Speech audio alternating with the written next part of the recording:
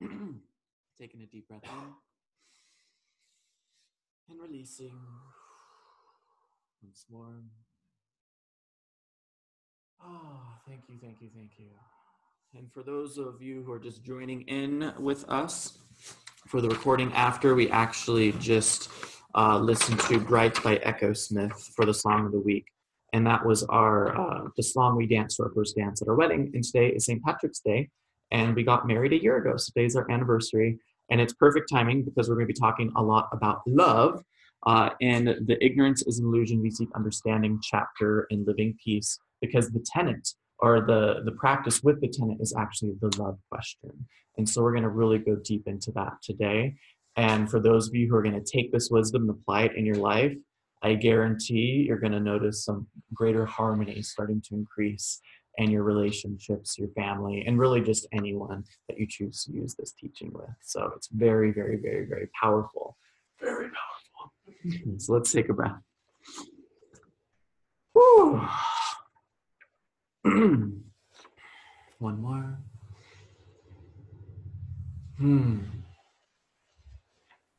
Some of you may have heard me say this before, but we've never really had a full talk on it. And so this is going to be a very juicy wisdom nugget, hot damn nugget, if you will. So something Andrew and I have used in our relationship for quite a while now is the love question, which is quotations. If you want to write this, actually it's on your little papers. But for those of you at home, you can write it down. How can I love you better? On a regular basis, asking the people in your life, especially in your inner circle, how can I love you better? And especially when you're in a marriage or any form of relationship, how can I love you better? And I want to preface this with the word better, because it almost seems dualistic, because it's meaning, there's, well, this is not great, and then there is better. But let that go for a moment, because what this question does is it humbles you. It gets you out of ego for a moment, because a lot of times if you're in a relationship with someone, there's probably some resentment somewhere, especially if you're not talking about things consistently. Things just, you get caught up in your daily grind, and things just continue to go forward and forward and forward. And those important conversations that you could have been having just get swept to the side because there's other responsibilities. And there's no judgment there. But that's why, at least on a monthly occurrence, maybe on the new moon or full moon, that's okay. Make it something set to where you actually sit down in a sacred space. And a sacred space is just meaning a space of mindfulness without distractions. And sit with someone that you have a very close relationship to, but you might feel that there's some contrast. Or maybe even if you don't feel that there's some contrast, they might. And so this is giving them an opportunity to extend their heart and open it for you. And so for probably every month since our marriage, maybe even before that, right? Yeah. We would sit down and say, okay, how can I love you better? And often there really wasn't anything specific, but sometimes there were little things, like we all have quirks, don't we? And they all start to pile up over time. And being married to me is interesting because I see things coming from a mile away, 100 miles away, because of this work that I do. And I work with a lot of couples and marriage and all that stuff. So I see things before they turn into big things. So I see the little snowball before it turns into the avalanche. And so randomly, I would bring things up to Andrew. I'm just like, so, honey, this thing's happening. And I don't mean to trigger you with this, but I just want to point it out because I know if we don't talk about it now, in a year from now, it will actually be something that will have formed possible resentment. I've seen it happen in a lot of couples and marriages and relationships. So let's just go ahead and nip this in the butt now, if you will. And again, all of us have this ability. All of us have this ability because it's your intuition. You notice something, and maybe in a conversation or a habit that is forming in the household with anyone in your life. It could be children, it could be family, or even just friends. And it might even just be like a slight underneath passive aggression that's happening rather than speaking about things directly. And you bring it up, you point it out from a place of love, from a place of compassion. And then it's not going to turn into this giant mountain later on. But what ends up happening is we're so distracted in our daily life that we don't recognize these little red flags. Maybe they're orange or yellow at the time, but you're not recognizing them because you're going. But if you really think back to every huge issue that's in any relationship that you've ever had, it started with a little snowball, didn't it? Maybe you were actually in an abusive relationship once upon a time, and it started out with them just kind of like belittling you in front of other people. And you're just like, oh, well, they're being funny, they're being sarcastic, that's okay. But really, then it turns into them actually verbally abusing you 3 months, 6 months, a year later, and you didn't catch it at the beginning. Maybe it was not someone that was actually meant for you to be in a relationship with for your highest benefit, and you might have left. Or maybe if you caught it early on, it would have never turned into that thing because they had a habit of verbal abuse and they've never been fully called out on it, and it just spirals because we're so afraid to create waves. So here's the irony. We're so afraid to create waves because who likes conflict? Pretty much no one. So we avoid the little conflicts until they become a big conflict. But if you deal with the little conflicts on a weekly, monthly basis, you never have to deal with the major drama meltdowns that occur after the fact. Make sense? The snowball effect. So the love question, how can I love you better? And every single person I've taught this to struggles with it. Think about that for a moment. Literally every single person I've taught this to struggles with it because they don't want to have to ask their partner, what the fuck does that say about what's going on in that marriage, in that relationship, in that friendship? Think about that for a moment. Think about that for a moment. Isn't that interesting? Can you feel that energy? And so my homework for everyone listening at any time of this video, and for all of you with us today, write that question down and journal about it or think about it and ask yourself, what is stopping me from asking my partner this, or even my children this, or my parents this, my friends this on a regular basis? And once a month is enough. What is stopping me here? And if that thing, whatever's stopping me, how is that actually keeping me from harmonizing with the people in my life? Do I want to harmonize with the people in my life? Sometimes the ego doesn't want to because it likes remaining in its rightness. It likes remaining in its justifications and its judgments. But I promise that peace is on the other side of this question. And that's why for most of my life, who feels like there's just always just kind of a bit of anxiety in you? You know that feeling where it's just kind of like that tightness? It's perpetual for a lot of people. And I had that in almost every single relationship before Andrew, every relationship. And even with my parents at times. And then after I started using this practice and being fully open and transparent, it was really hard because you're being vulnerable. I don't feel that anymore. And what a blessing that is to feel completely at peace within your body, not only just in your mind, because a lot of these practices are helping the mind, but to actually not have that weird little knot whenever you know that there's eggshell topics in the relationships in your life. I literally had a whole year where I told everyone in my life, I said, I'm going to smash all the eggshells. So please tell me your full thoughts about everything, because moving forward in my life, no one in my inner circle do I want to have present eggshells of certain topics that we can't discuss or talk about from a place of peace and compassion. That is my intention, and guess what? It now exists. While previously, every relationship had an eggshell that you avoided. Wow. And that's what this means, and that's what we're cultivating this community to look like, that as we get to know each other longer and longer, and other events that we start to host, which I'll probably talk about near the end, learning to be able to not just navigate the eggshells of our life, but actually step on them and let them dissolve into the earth and fertilize the earth and allow flowers to grow up in place of where those sharp eggshells used to be. So we don't eliminate them. We softly and lovingly and gently dissolve them. Does that make sense?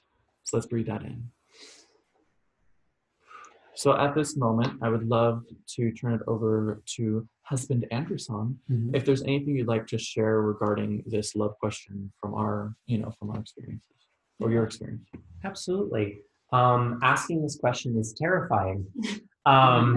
It's especially the first few times you do it. It's because you're terrified to hear the answer. But then, of course, the irony is once you hear the answer, you now know. Before, someone like me is a storyteller, so I can just make up stories about stories of, he may not prefer that I do this, he might be mad about this happened, this thing. And sometimes I'd have all the stories and I'd ask you and be like, no, you're good. And it's like, okay. there are the flip side where sometimes I'm like, my little ego's like, you've been doing great. And then I ask the question and you're like, well, actually. But then again, it's not an unknown anymore. Correct. I don't have to wonder. It's like, oh, okay, I can stop doing that. So one of the funniest ones that we've told people is he had a really great maroon sweater. And I just really liked it. And so for a couple of times, whenever we'd go out, I'd wear his sweater. I would just put his maroon sweater on and we'd go.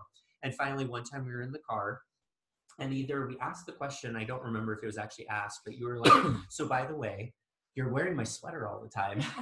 And sometimes I want to wear my sweater. And I want to address this before a month goes by or 2 months and I have to start hiding it from you. Or I snap and be like, why are you wearing my clothes? And so, but it's funny, because it's those little things, right? It's really those little things that just someone does. And you're like, oh, they're doing this thing. And what if I want to use it or what is that, the other? But I'm just not going to say it. No, it's fine. And then later you keep waiting and waiting. And then finally it does build. But you caught it. You told me, hey, you're wearing my sweater all the time. And I just went, oh, I didn't even realize it. Or, oh, I meant it as a compliment. I really like your sweater. But here, now you wear it. And now every time we see it, we just laugh. Yeah. But it's just one of those things that, that's the one example I can think of right off the top of my head of, and our friends are like, that's what you fight about? But to be fair, we've never actually had a fight. True. Yeah. But again, it's because of these teachings. Yeah, we catch it. And though this isn't the same practice, but another one that we do a lot, which I think helps, is every night before we go to bed, we tell each other what we're grateful for. So we've done that since the very beginning. Every single night. Every single night. And he stays up normally after me because he's a night owl. And so even when I go to bed, we never skip. So it's always, we sit together and we say, what are you grateful for today? Yeah. And that also helps because you go to sleep remembering the things in life to be. And with laughter. Yeah, absolutely. And it's anything. It's the food we ate. It's a situation that was funny. It's the weather. I mean, we always start with each other, of course. And it's sometimes the same stuff. Mm-hmm. And that's what people get blocked with. May I transition? Yeah. Thank you so much. Mm-hmm. But that's what people get blocked on is like, well, I told you I love you, and that's fine for a while. I only need to say it like maybe once a year, or once a month, or whatever. There's a lot of people that have that mentality in our culture. But if we're coming from these teachings, only this moment exists. And so what you said yesterday or a year ago, or they know how I feel about them. No, because only today exists. So reignite it, reignite it, reignite it, reignite it, reignite it. So every single day we have a very typical good morning text whenever you go to work. Mm-hmm. And so we always often say a form of a similar thing. And often there's new things that pop up during the day at the work or whatever. But what I realized is this is the first time I'm saying this in my life because I'm a new person every single day. So I don't feel weird about it, because you might feel weird or feel monotonous with certain things, these practices. But if you're looking at it with carrying the past forward into today, sure, you're going to feel that way. But if you're realizing that only today exists, it feels fresh and it feels exciting. And why the hell not would I express my love? Why the hell not would I express my gratitude? Why the hell not would I not express my peace? Does that make sense? Something so small, something so profound and simple, yet it completely changes the dynamic of relationship when you're checking in on a regular basis. And not just, because here's a big issue with marriages, 10, 20, 30, 40, 50 years in, you really develop your routines and you get comfortable. And sometimes that's really beautiful. But at the same time, you start to really, well, we haven't been on a date night in, 10 years. What used to be a regular practice of maybe bringing flowers or bringing a different energy into the home, or it could be anything, whatever is meaningful in your unique relationship, you start to ease up on because you just get used to each other. And that excitement is gone from the hormones of the rose-colored glasses. We never really had rose-colored glasses. And I think it's because we always just really saw fully these teachings. And so all the practices of kind of like what we did when we were dating or before marriage didn't change after marriage.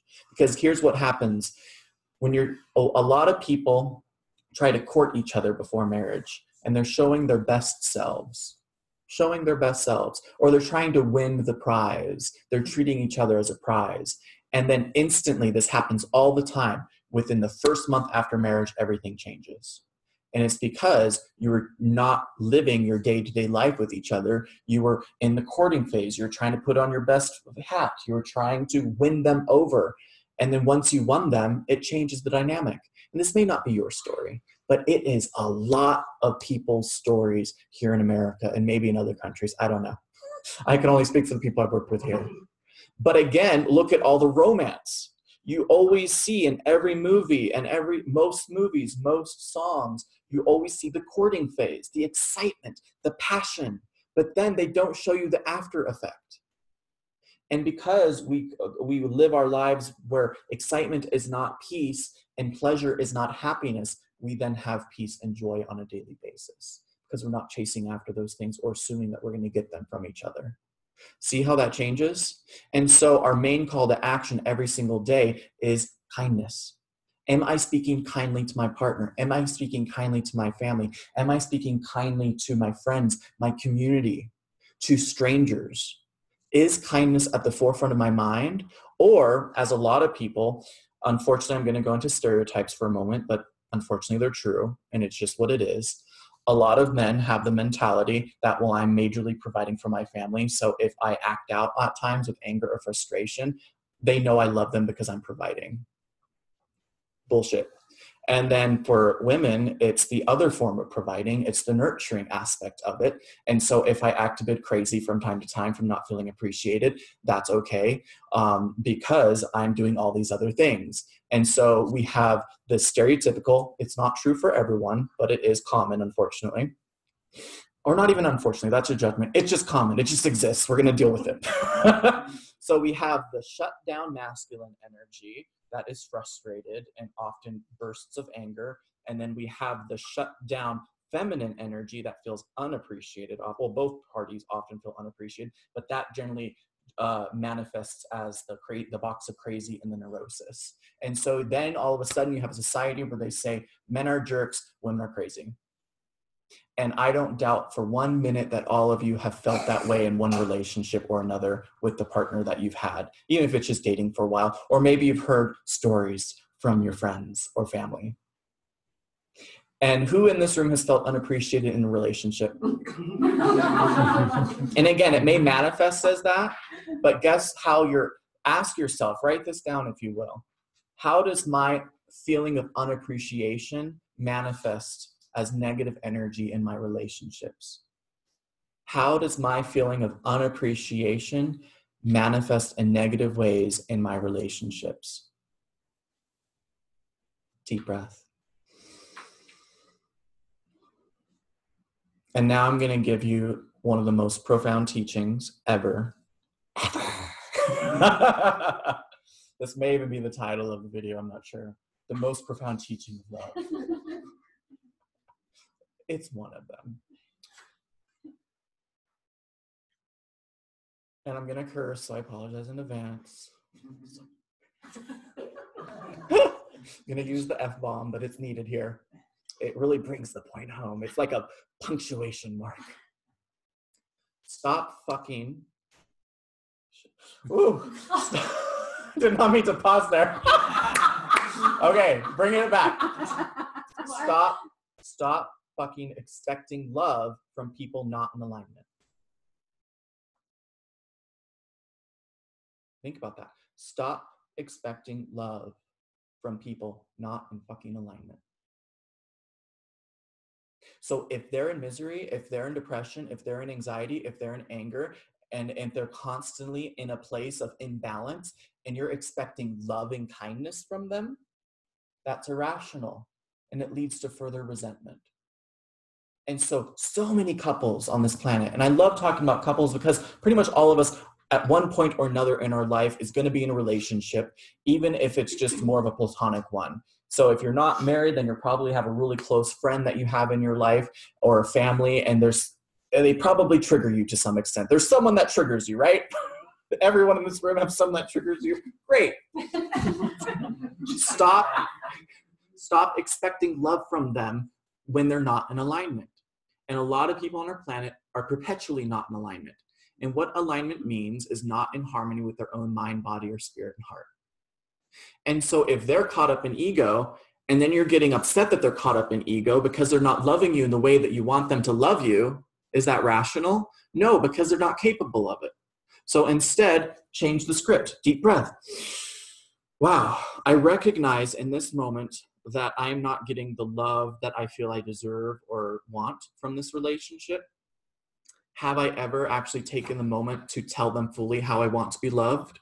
Or have I ever taken the moment to actually ask them how I can love them better? Or do I just keep it all silent and buried underneath and just let the resentment build? A story that's in this book later on is I had a friend that I almost didn't invite to our wedding because he had been very unsupportive and never really had any interest of meeting Andrew or getting to know him. And I just said, this feels really weird to invite you to my wedding, even though we have like 10 years of history together. And so I just want to let you know up front that this is how I feel. And I'm not blaming you. I'm just asking what's going on.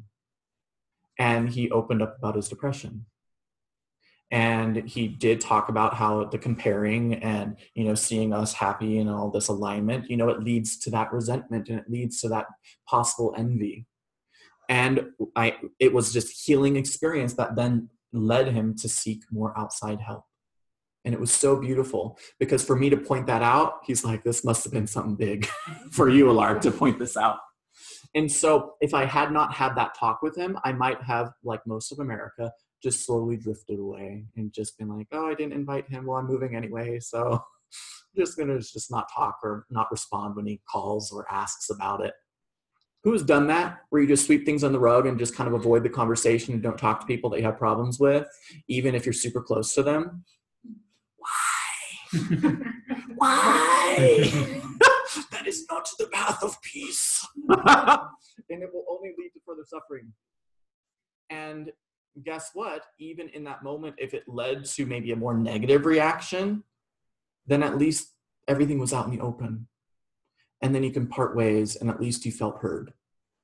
At least you spoke your truth, rather than just having this thing for the next rest of your life, this little seed in the back of your mind that feels guilty about it. Who feels guilt?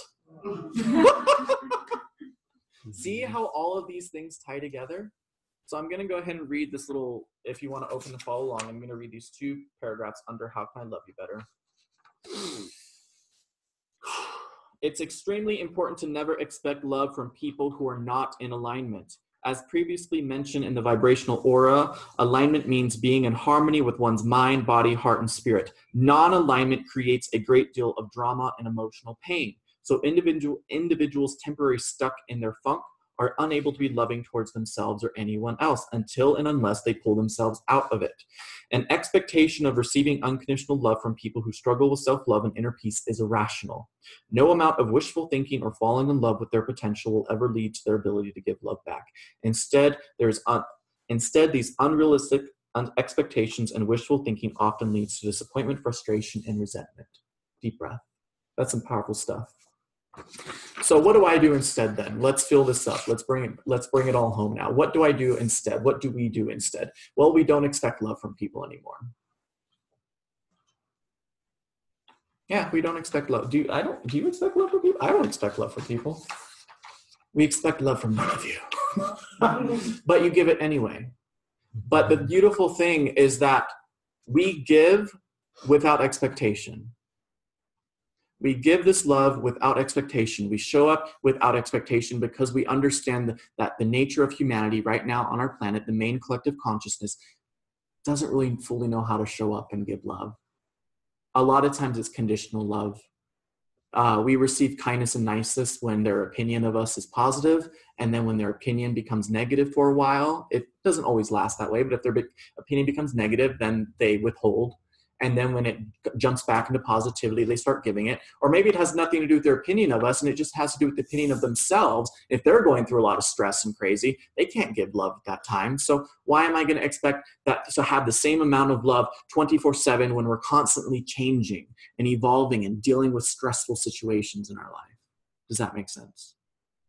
Isn't that freeing for me to say that you're all off the hook? You're all off the hook. Now, go home and tell everyone in your life that they're off the hook too. And it seems counterproductive, doesn't it? But when you let them off the hook, It creates some relaxation in the body because they had so much pressure. And then it might lead to an actual conversation of how can I love you better? Even though I'm not expecting love from you, I still want to treat you with kindness and dignity because I do love you. I do care about you. And don't we all preach kindness to one another? I think everyone in this room and most people listening, even here's the irony, even the people who threatened us, I don't doubt because they still read the Bible and follow Jesus' teachings, they probably still practice kindness in some ways in their life. And I read a nasty comment that someone actually commented on our article online. And it was funny that, yeah, they were really going at us. But at the same time, I don't doubt that there's moments of kindness in their life. So all of us want kindness and all of us want to give kindness, but we get caught up in our ego. And then we stop that font of kindness. I love this quote. I can't remember. Olivia Robertson, I think, shared it. She said, don't demonize other people.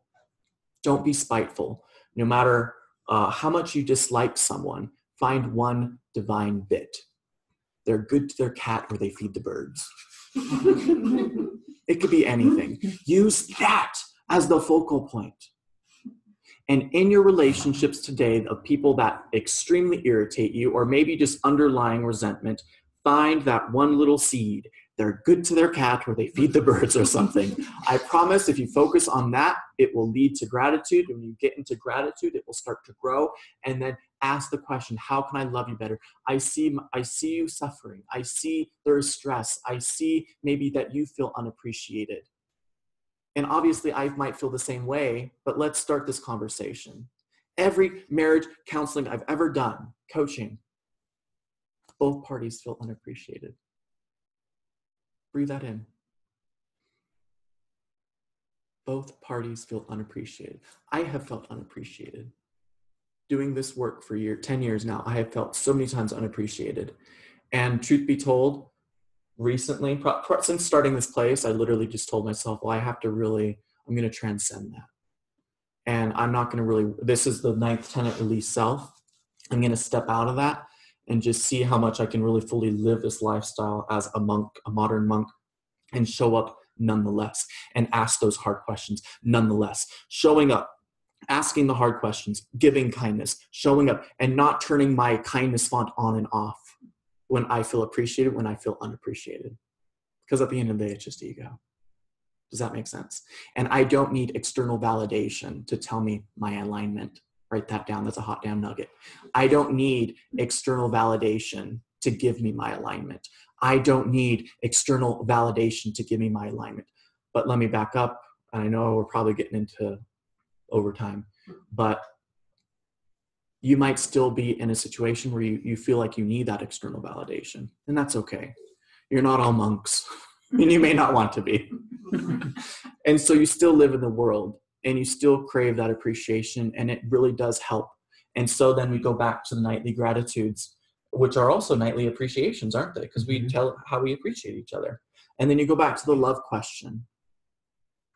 And you start to really hear one another, maybe for the first time in your life. You might have been married, or you might be in a relationship with someone, or might have been a child of someone, and maybe it has taken 30 to 40 years to actually hear what they have to say. And that is a very common occurrence on our planet right now, because we're not taught these tools early on. Deep breath. Isn't this juicy? I'm sorry if this is hard to hear. But I'm not sorry. I'm sorry and I'm not sorry. Because it's an important conversation to be had, isn't it? It's an important conversation to be had. And there are tools, there are teaching that can get us to a place of harmony. And this shit works, people. This shit works. So do it. But if you don't do it, there's no judgment. Because again, it's unconditional. We're practicing unconditionalness here. Unconditionalness. Deep breath. Let me see what we're got. Okay, I'll go ahead and close this up, and then I have some more announcements to share. Hello, digital people. Hello. Thank you so much for joining in for this video, and I hope you enjoyed it.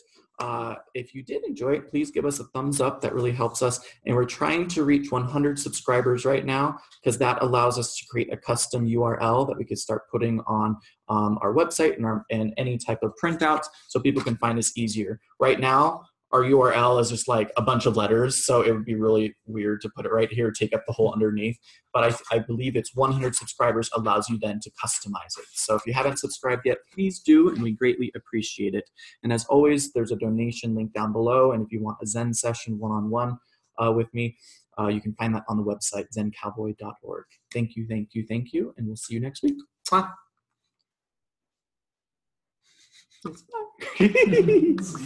I make things awkward. Farewell.